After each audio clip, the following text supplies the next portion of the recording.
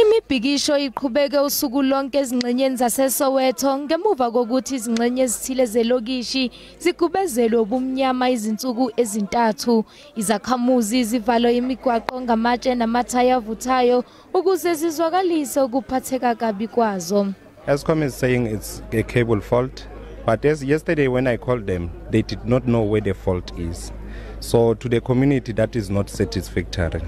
So if they had known where the fault is, or if they had come with me to the community and addressed the community, maybe the community would have understood, okay, they are doing something. Bakubeke kwasobala ukuthi ngeke bayeke ukubhikisha kuze kulungiswe ugesi. Amalungu omphakathi azame ukuzigubhela ukuze athole intambo yogesi akholelwa ukuthi ibange ukucisha kogesi kule ndawo. We are not against Eskom.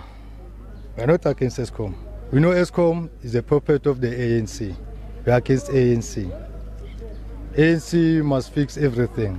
Lento safecta ngokuthi sina 3 days kana electricity ne, and etina ekhilane we are very peaceful ilokishabo, but now skathele, you understand.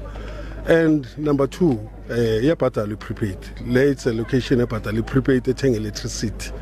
We understand. And then schools and children, they are affected.